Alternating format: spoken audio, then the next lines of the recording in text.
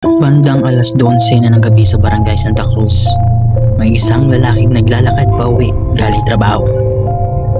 Si Alan, 20 anyos, construction worker. Bitbit niya ang lumang backpack, may laman lang na baon, uniforme at kalahating tinapay. Tahimik ang daan, pero sa kabilang dulo ng kalsada, may batang nakatayo, mga 10 taong gulang lang siguro, payat, nakaputing sando at may dugo ang kamay. Nakatitig sa kanya.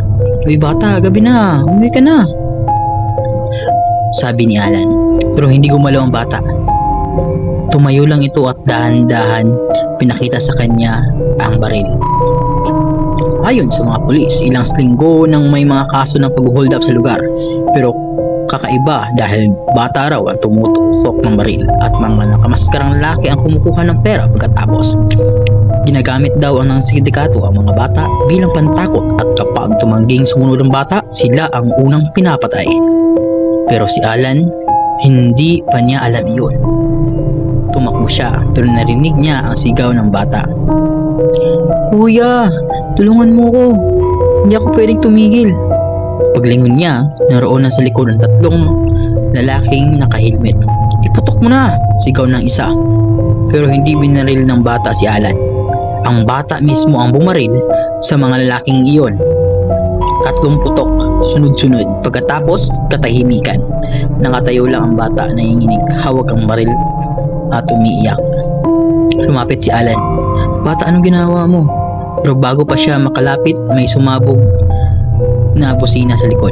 Isang itim na van ang huminto. Bumaba ang 2 lalaki at hinila ang bata. "Tapos na ang trabaho mo, sumama ka na."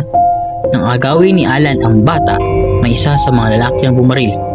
Tumama sa balikat ni Alan. Tara na, sigaw ng isang lalaking nakamaskara. Pero bago sila umalis, nilingon siya ng bata mula sa bintana ng van. Umiiyak pa rin at sa labi nito mababasa mo ang salitang, "Tulong kuya." Kinakabukasan, natagpuan ng tanod si Alan. Sugatan, nanginginig at walang malay sa gilid ng daan. Walang CCTV, walang saksi at kahit dugo ng bata, walang bakas. Pero sa mga ulat ng pulis, may mga natagpuang 3 bangkay ng lalaki sa bakanting lote.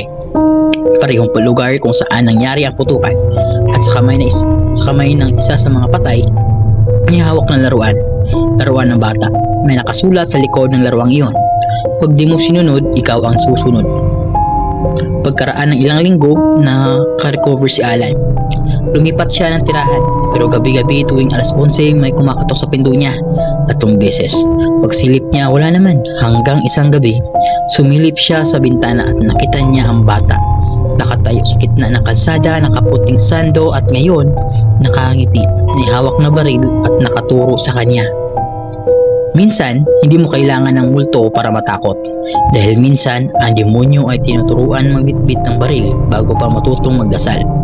Kung gusto nyo pang makarinig ng Tagalog Horror Story, pumunta lang sa aking YouTube channel na Tagalog Horror Story EI at mag-subscribe. Thank you!